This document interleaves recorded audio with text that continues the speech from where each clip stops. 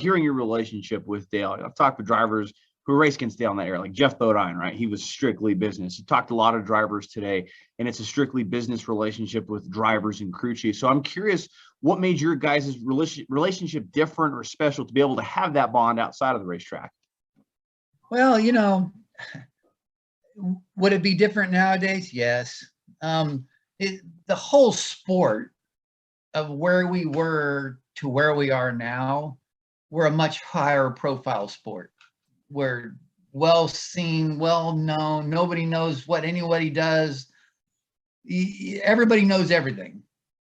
And back then, we didn't have camera phones, and there was no one taking pictures of us being stupid and riding across the pipe on a motorcycle or whatever. But that was normal. That was normal for us.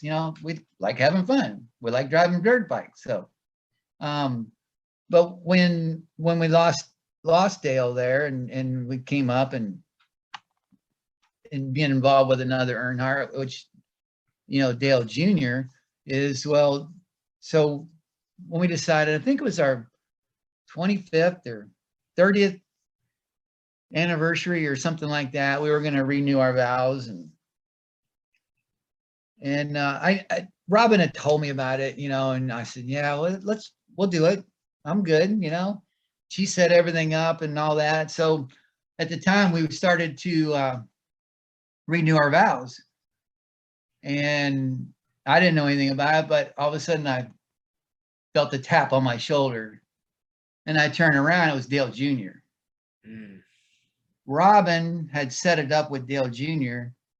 and Kelly to time it just right to where they could show up right when we were up there in front of the preacher, because they wanted to stand in for Dale.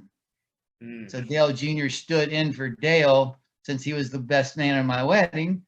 Well, Dale Jr. came and followed it up for renewing our vows. And then that really got me. It was one of those things. That's moving. Never forget. It speaks so much about Dale Jr. too, of carrying on his dad's legacy and such. That's unbelievable. To follow up on that, Doug, you knew him as the individual, Dale Sr., who he was on a personal level that 99.9% of folks don't get to see. We knew him as the intimidator and the public persona and such. How different was the man the public knew and the way that he portrayed himself compared to the Dale Sr. that you knew? Well, obviously not everybody knew what he did. He wasn't the super tough guy all the time. It was nothing for him. And, these are all stories, but it was nothing for him to go do something for somebody like that. Like if he just thought, hey, you need that driveway? Hold on, I got it for you. Just off the wall. I'm way more things than that. That was just one instance I knew about. But he would do those things.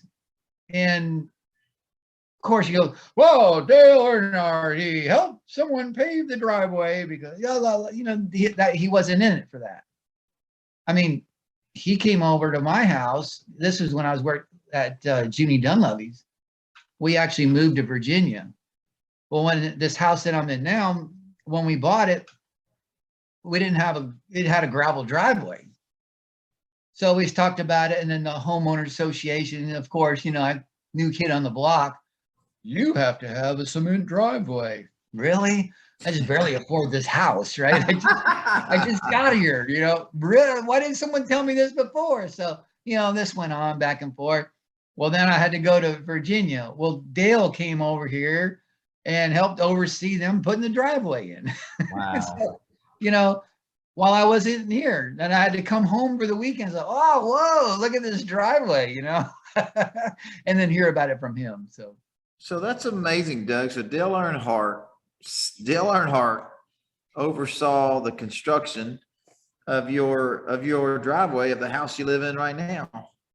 Yeah. That's pretty cool. Man, that's amazing. It's still the same cement. Man, next time I'm in Charlotte, I'm gonna have to come over just to drive through the driveway. Just touch me and put my hands on it. Absolutely. Well, I'll show you the skid marks he left in the driveway then. No. Man, that is so cool. Wow, that is so cool. Hey, race fans, if you enjoyed that clip, check out the full episode on YouTube and all podcast platforms.